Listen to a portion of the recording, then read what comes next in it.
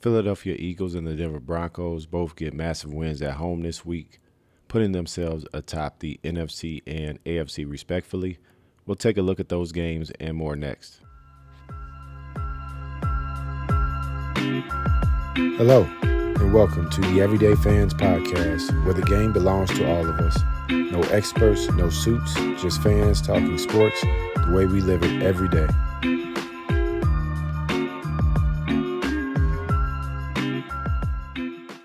All right, everybody, welcome back to another episode of the Everyday Fans Podcast. If this is your first time, welcome. Basically, we talk sports here. We're in the midst of NFL and college football season, so mostly talking about those two the most, but more so the NFL. On Tuesdays, I release these power rankings videos. This week, we're going to add a playoff outlook to it, take a look at the conferences and divisional leaders. So we'll get right into it. I'm going to kind of fly through these power rankings because not a lot has changed. I still have the Eagles at 1, Rams at 2. You could put these 1A, 1B. I could put the Rams easily at 1. And the reason I say that is because if these two teams play again, in the postseason, I like the Rams to win the game, honestly. But they did win the head-to-head, the Eagles. That's why I give them the slight edge and put them at 1 in my power rankings, just because they did win that head-to-head earlier in the season where they blocked the field goal late, where the Rams really was about to win the game. But 60-minute game, play it all the way through. You don't. Things like that happens, and the Eagles win the game. Actually get a touchdown late off the block as time expires. So really the only team that has really challenged this team. Denver beat them too earlier in the season. So both Eagles losses both times the Eagles have been pushed have been to teams that are, toward the top of my power rankings here. Moving down, we'll go to the Patriots at 3. They've just been one of the more consistent teams in the league all year. 9-2, still leading the AFC East. We'll get into that more later as we look at the playoff picture. I just like where this team is at. The Colts at 4, just had a bye week. So a lot of teams will start to get tested here, as you see coming up, some tougher games. They do lead the AFC South, but they have the Chiefs this week at Kansas City, a desperate Chiefs team. Speaking of the Chiefs, the Broncos separating themselves in that AFC West, 9-2, defeating the Chiefs at home this week, as I said in the open. Huge win for the Broncos this week at home. And they put themselves at least 2 games out of first place for the next contending team in that division. Seahawks at 7-3, very much still alive for the NFC West, but they have lost to the Bills. Not the Bills, excuse me.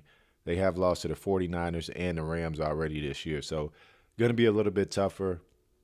I really see them getting one of these wild card spots. I don't see them losing a ton of games, but this is a team that's played really well on the road thus far this year, and quite frankly, one of the better teams in the NFL. I could easily have them in the top 5 as well.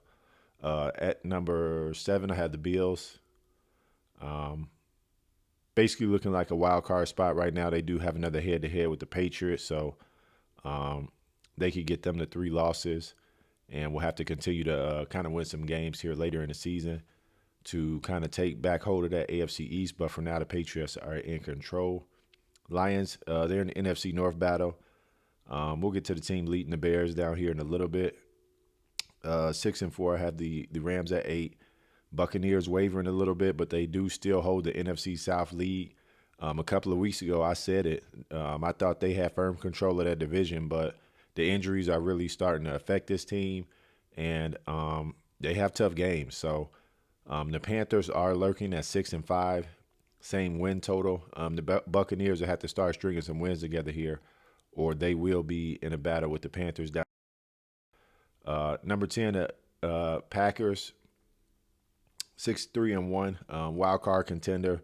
Obviously still contending in that NFC North as well. They bounced back with a win against the Giants this past week. At number 11, a team that, NFC West is looking like they might get 3 teams in.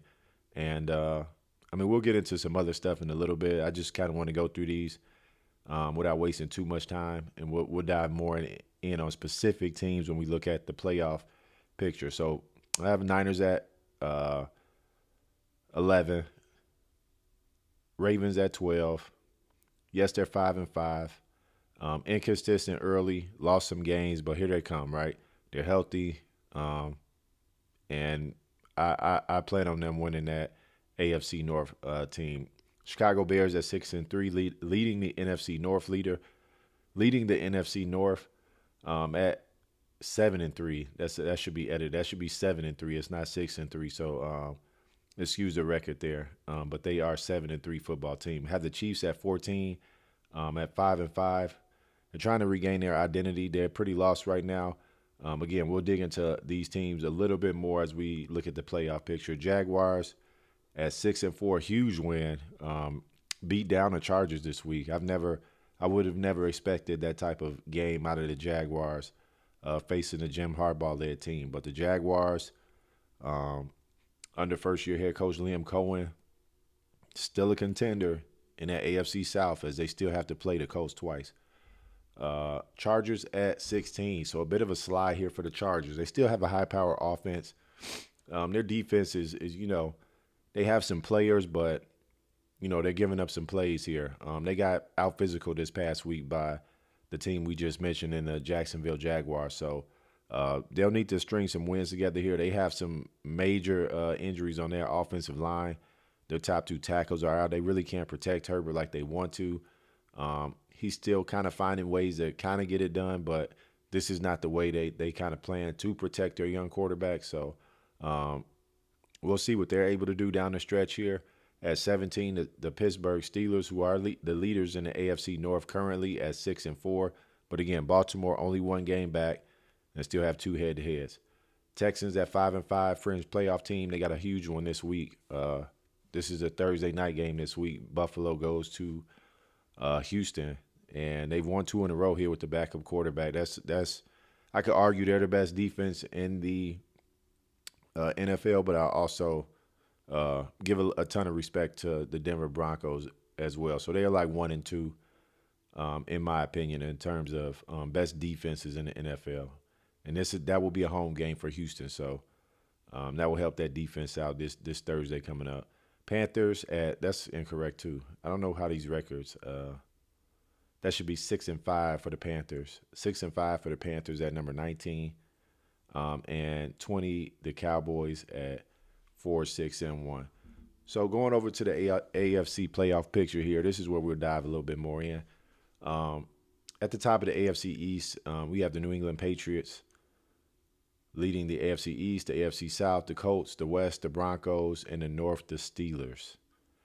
In the wild card spots, we have Buffalo at 7-3, an AFC East team, so just 1 game, about 1.5 games behind New England, as New England has not had their bye week yet. And the Chargers at 7-4, the Jaguars at 6-4. Both teams, the Chiefs at 5-5, the Texans at 5-5, and the Ravens at 5-5. The Ravens will have to win the division. I don't see them. They could still get a wild card spot depending on what the Chargers and Jaguars do, but I think they have their sights set on winning that division. The Chiefs, on the other hand, they'll have to vie for one of these wild card spots, and they have very little room for error in terms of the amount of games they can lose the rest of the season. I might give them 2 more losses, and we could be seeing this run of Kansas City. They've won 9 straight divisional titles. That's not happening this year. I just don't see it unless the Broncos just collapse. But already beating them head to head, kind of having a strong hold on the division already. Denver's just kind of they have the what am I trying to say? They create their own path moving forward. So they control their own destiny. That's what I want to say. So looking at really the AFC North and the AFC South, those are the 2 divisions that I would say are more tighter. You could say the AFC East too, because the Buffalo, they're only one back in the loss column. If they can go to New England and win a game, and string together some other ones here late, as I think the Patriots do have a little bit tougher schedule later in the year, as they've had earlier in the year. So, we'll see what happens there, but keep an eye on the AFC South as, again, the Colts go to the Chiefs this week. So they're 8-2. Jacksonville is 6-4. They still have to meet head to head. So if the Colts go to Kansas City and lose, which I would assume they're underdogs. I think I did see a line on that game already. I think they're 3.5 point underdogs on the road. Um, that puts them to 8-3. And I'm not sure who the Jaguars have coming up this week, but if they're able to get a win, now they're only one game back with two head-to-head games left in the season. And the Colts, for whatever reason, when they go to Jacksonville, they struggle in those games. No matter how good the team is, they just struggle when going to Jacksonville and play. So keep that in mind as we move down the stretch here. If you're into the betting markets, take a look at Jacksonville's odds. I know they have some injuries, but the Colts are going to have some games here, and if you think they can even split those games, it could be a tighter race here coming down the line than we initially see right here. The AFC North, same thing there. The Ravens are only one game back, two head-to-head games coming up with the Steelers, and Aaron Rodgers has an injury. Steelers come to Chicago this particular week. Not even a homer pick. I really like the Bears to win that game. The number I saw was 3-point favorite for the Bears. They got some momentum going. I think this is a game they want to stay up in terms of win losses over some of these other teams in the division, as we'll start to play some more of them over the next couple of weeks toward the back half of the season. But the Steelers are really in a part of the season where it can really start to break them if they can't string together, some wins consistently here, especially in those head-to-heads, because that'll create some separation. That's pretty much it in terms of the AFC side. The Chargers, I think they can – it's kind of hard to say because when your offensive line and your top tackles are out, it's very hard to push the ball down the field. You can work some of that quick passing game, intermediate stuff, but some of these backup tackles, especially against a team like Denver who pressures at a super high rate, a team in your division, a team like Kansas City who's going to be very desperate.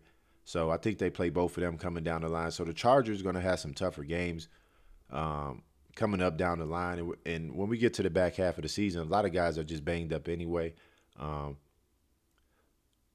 Because I really trust the coach and the quarterback, I think they'll be competing in these games, but injuries could play a really big part in them capturing one of these wild card spots. I think the division it's not out of reach, but they definitely will have to get high here and then win the head-to-head again against Denver, which they already have won one. So they will need a little bit of help from some other teams to give Denver some more losses, and they will need to get hot here.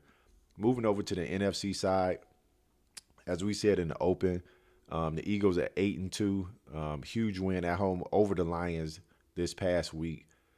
Keeps the Eagles at the top of the NFC. So if the playoffs were to start, the Eagles will be the number one seed, followed by the Rams at number 2, leading the AFC West, which is a very tight battle. So we'll start there. AFC West, well, really, I'll go back to the NFC East. NFC East is almost pretty much locked down. The Eagles are 8-2. I think the Cowboys are 4-5-1, if I'm not mistaken. I don't have that record in front of me, but I believe they're 4-5-1. And, have a really strong lead, 3 games in the loss column there. So the Eagles will have to lose at least 3 games for the Cowboys to even have a shot. I don't really see that happening going down the stretch. I think they're enough veteran, enough team to be able to not go on a slide like that here late in the season. So the AFC West is the most interesting. Maybe not the most interesting. The West and the North is going to come down to the final couple of weeks, in my opinion. The AFC South, so we'll go to AFC South real quick. The Buccaneers, injuries, as I stated earlier, a ton of injuries. If they're not able to get some of these guys back, especially on the offensive side of the ball, to help out Baker Mayfield. The Panthers down in the bottom section, the bubble teams there, at 6-5. Again, they have 2 head-to-heads coming up. They have not played yet this year, divisional opponents. the Panthers have a shot here, man. And what I'm seeing around the league as a whole, anyway, is young talent stepping up, buying into what these different organizations, these different coaching staff, these new regimes in these different places is selling, and this young talent taking over. Bryce Young had his best game of his career this past week down in Atlanta. They end up winning in overtime. Atlanta's going in the opposite direction, but I don't think anybody at the beginning of the season would have said, going into week 12, the Panthers would be, in a tight division race with the Bucs and only a half a game back. Both have 6 wins. The Bucs have already had their bye week. Panthers have not had theirs yet. So a race to keep your eye on, especially when you get these head-to-head matchups late. Obviously you want to win your other games, especially in conference, in between when you meet, because I think they play week 16 and 18. So they will play the final week of the season where that game could potentially decide the division if it stays this tight. So both teams will want to keep winning. The Panthers not as banged up as the Buccaneers. So AFC South, a little bit of a race there. The AFC West, obviously the 8-2 Rams, same record as the Eagles, but they lost a head-to-head, so the Eagles would be the number 1 seed. So the Rams have to contend with both teams in the wild card here, as the Seattle Seahawks, who they just beat last week, and the 49ers are right there, a team that is really surprising to me. Mike Shanahan has done an amazing job, especially with the injuries that they've had.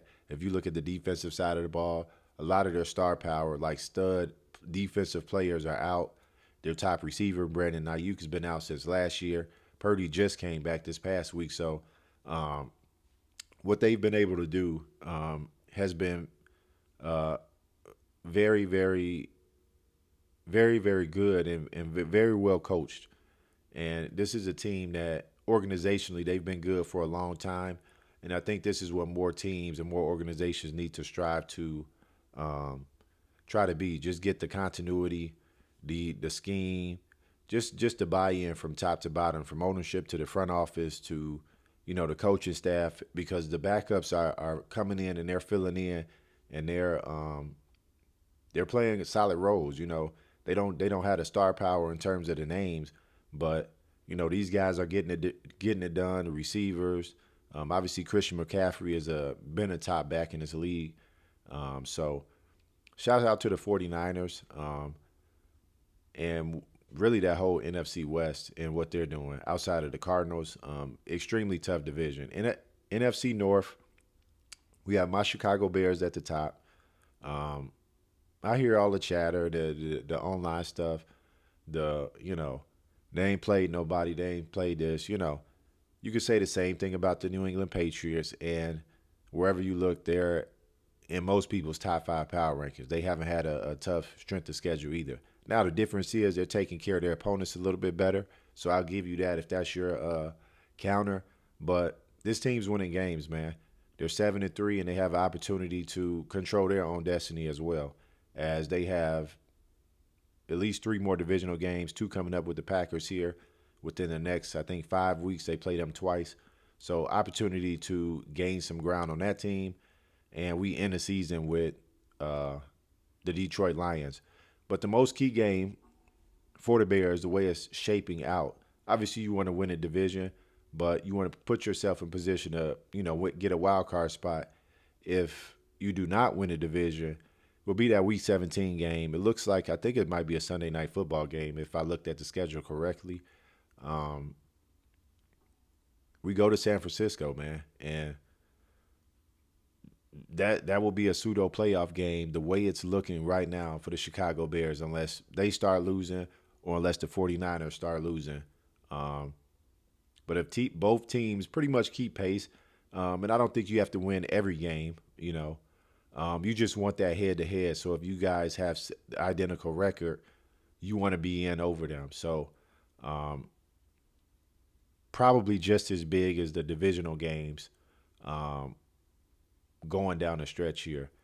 The Green Bay Packers at 6-3-1, kind of getting it going in terms of, not really getting it going, but they bounced back last week against a New York Giants team that, has been a scrappy team of late. They fired their coach, but ultimately not being able to get the job done with Jameis Winston there last week against the Packers, and then the Detroit Lions losing a game on the road against the Eagles, a really tough team. So I'm not expecting that team to miss the playoffs. This is just how it's shaping up to this point in the season. So when I look at that NFC North, it's just going to be the head-to-heads. Obviously, they beat down on the Bears in week 2, but the Bears get another shot at it, and they get another shot outside in the cold in January in a game where we just saw Jared Goff not perform well. We've seen Jared Goff in the past in these cold weather games not perform well. So, I like the Bears' odds, even if the division comes down to week 18 here in Chicago on the lakefront in the first week of January. I like our odds against the Lions, despite the outcome in week 2. I think this is a different football team. I think this is a team that is taking on the identity of his coach, which is, a run-first mentality, a physical mentality, never give up mentality. That's why every game they've been in late, this is not a team you want to get a ball to. You have those teams where, you get Mahomes the ball with, even 30 seconds left in a timeout. They might not even have a timeout.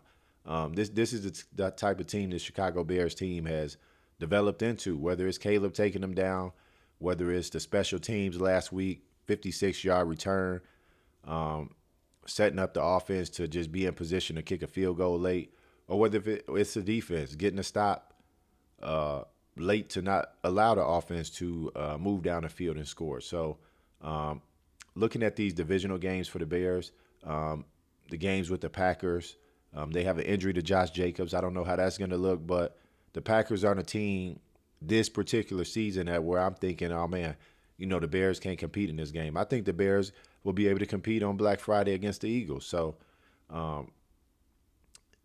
as it stands, I think the NFC will be a lot more intriguing down the stretch. Well, really both sides, but I think the better teams this year from top to bottom are in the NFC. I don't think the teams in the AFC are as strong. And, we'll just have to wait and see moving down the stretch here. That's pretty much all I got for today. If you guys like the content, share, subscribe, like button, all that, trying to grow the platform. And, let me know what y'all guys think in the comments, something you disagree with, where I have a team, if you feel like I'm hating on a team, or, you want to hate on my Bears, because everybody's doing it anyway. I'm in Chicago. There's plenty of fans out here that are not Bears fans and that just, got a lot to say about how they're winning games, but it is what it is. So thank you guys, and until the next one, going to try to get some college football content up this week, as well as a little bit more pregame going into week 12 content. So until the next video, thank you guys for your time, and peace.